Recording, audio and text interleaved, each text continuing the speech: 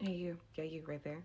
This is your friendly reminder that the first draft is meant to be a dumpster fire. Guys, it's V. If you're new here, I'm a fantasy romance writer working on my debut novel, Seven. Okay, this is something I really wish I knew when I first started writing, like when I was 12 years old writing.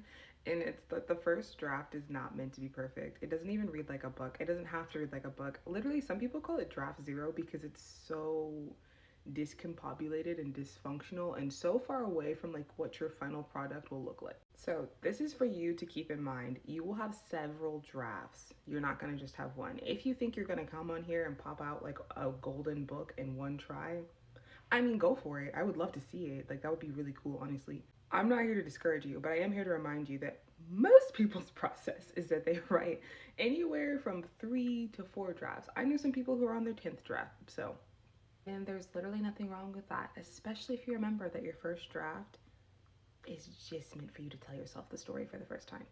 Remember, like when you're writing the first draft of your book, you literally don't even know the story yet. You might have an outline, you might have a vague idea, you might know where the beginning is and the middle is and the end is, but you don't know the details yet. You're literally just telling yourself the story for the first time. So give yourself some grace. I mean, think about it. If you go to the movies and you see a movie for the first time and you're explaining it to somebody, you're probably going to be long-winded, mess up in parts, want to go back and be like, oh, I could have said that better.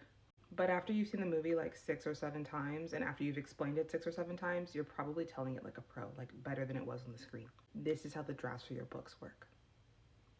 Even now, as I work on the second draft of Seven, it's so much better. As my friend Alice says, each time you write it, it gets tighter, which I definitely need because the original draft of my book is 176,565 words, which is entirely too big. Anywho, all that to say, give yourself some grace, have fun writing your first draft.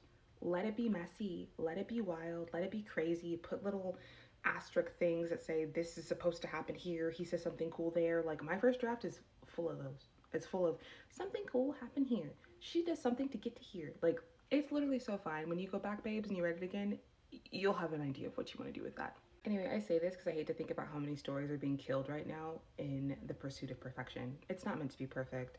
Let that go. Let it float away. Goodbye. Will I see you again? Oh, never. Never. Anyhow, make sure you follow, like, and save for more content like this. I don't know what these hand things are doing, but you know what I mean.